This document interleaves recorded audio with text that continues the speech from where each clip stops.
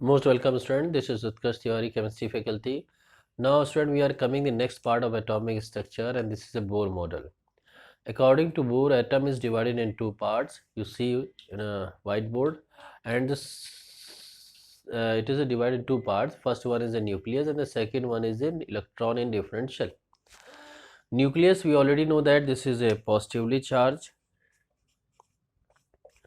and electrons, we know that negatively charged. Clear? An electron revolve always in a certain shell. You must remember that it revolve in a certain shell with a constant amount of energy. Clear?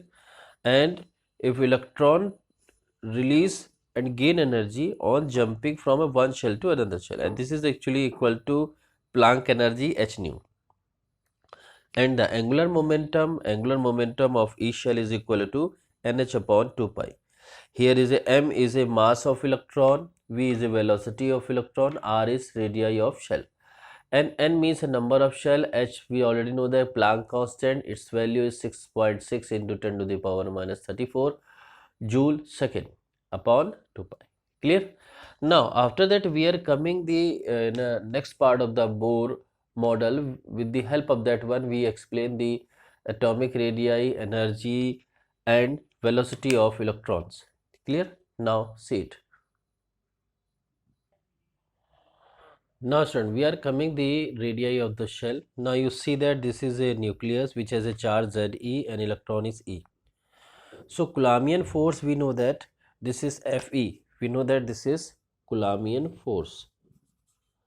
Coulombian force. This is equal to, we already know that F बराबर 1 of Fe बराबर 1 upon 4 pi epsilon naught k q1 q2 upon r square. We know that epsilon naught means a permittivity, means a conduction nature of, epsilon naught represent the conduction nature of whatever material, means dielectric material filled between two charge.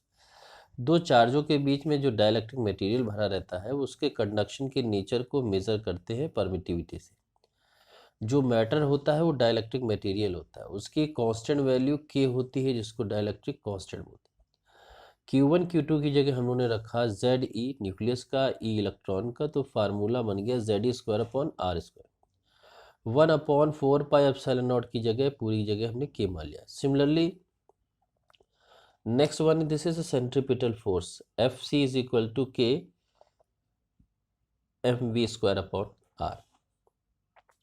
After that we know that a Bohr model is equal to mvr is equal to nh upon 2 pi. So v is equal to nh upon mr 2 pi. Now we equal the me is equal to mc. Equate किया हम लोगों ने तो r की value आई, r is equal to N square h square upon 4 pi square m e m z square. Clear? हम लोगों ने n को छोड़ करके h की वैल्यू 6.6 इंटू 10 माइनस 34 रखी, पाई की वैल्यू 3.18, इलेक्ट्रॉन का mass 9.1 into 10 to the power minus 8 रखा, इलेक्ट्रॉन का चार्ज रख दिया. तो इक्वेशन आई आर एन बराबर R N equals to N square Z into 0.529 angstrom आ गए. जेड एटॉमिक नंबर हम लोग को मालूम है, एन शेल है तो किसी के भी हम लोग रेडियाई निकाल सकते हैं किसी भी नंबर. अगर फर्स्ट शेल है तो जगह दोनों 1 रखेंगे, हाइड्रोजन के लिए 1 और ये 1, तो ये वैल्यू आ जाएगी आर बराबर 0.529. उसी तरह स्पीड निकालते हैं वी एन बराबर 2 pi E square upon N H into Z. ठीक है, अगर हम लोग वैल्यू इन सब की रख देते हैं तो formula 2.18 into 10 to the power 8 upon n into z centimetre पर सेकेंड में आ जाएगा. Clear? Now after that we are talking about the energy. Clear? Potential and as well as the total energy.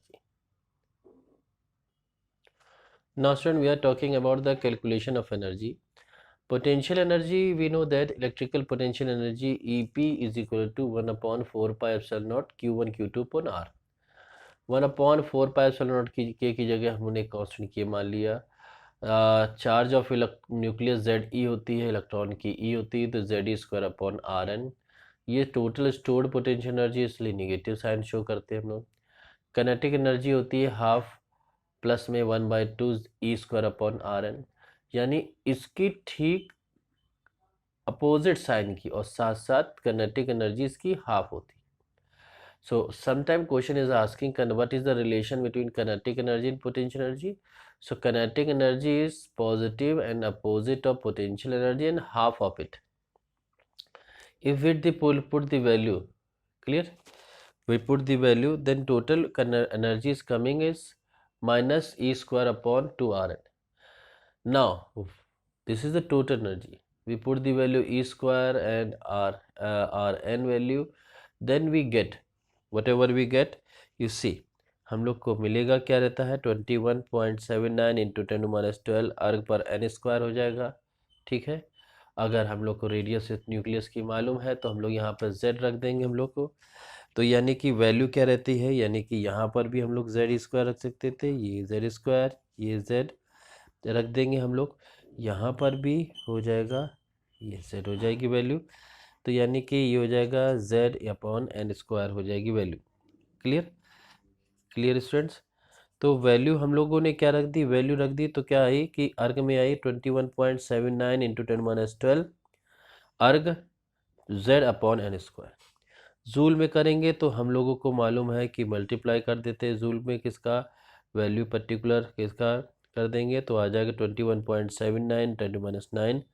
ठीक है, तो joule into z upon n square, electron volt में value आ जाएगी 13.6 upon n square into z, और kilo joule पर mole में आती है -13.12 इंटू किलो जूल पर मोल।